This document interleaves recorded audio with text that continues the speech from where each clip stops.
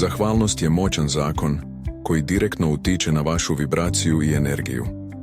Svaki put kada budete zahvalni za ono što imate, vi usklađujete svoju frekvenciju sa energijom univerzuma, što vam omogućava da privučete još više razloga za zahvalnost.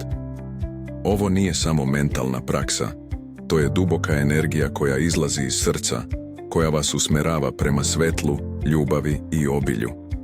Kada se probudite, budite zahvalni za svaki dah, za svaki trenutak života, za sve ljude koji vas okružuju.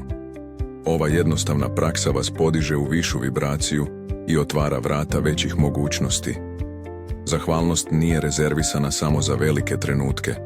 Ona se nalazi u malim, svakodnevnim stvarima.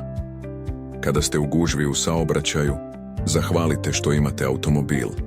Kada stojite u redu, zahvalite što možete kupiti hranu. Svaka sitnica u vašem životu nosi vrednost i svaki trenutak je prilika za rast.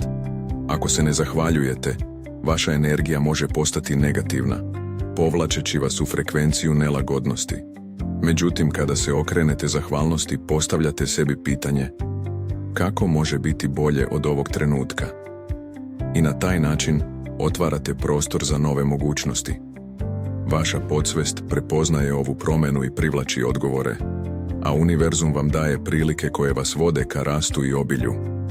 Zahvalnost je alat koji vas povezuje sa izvorom univerzalne energije. U toj frekvenciji vaša energija postaje magnet za obilje i ljubav. Svaka misao, svaka reč, svaka vibracija postaje čin stvaranja.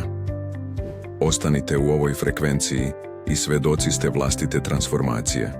Zahvalnost otvara vrata bogatstva i ispunjenja, jer vaša vibracija ljubavi privlači obilje.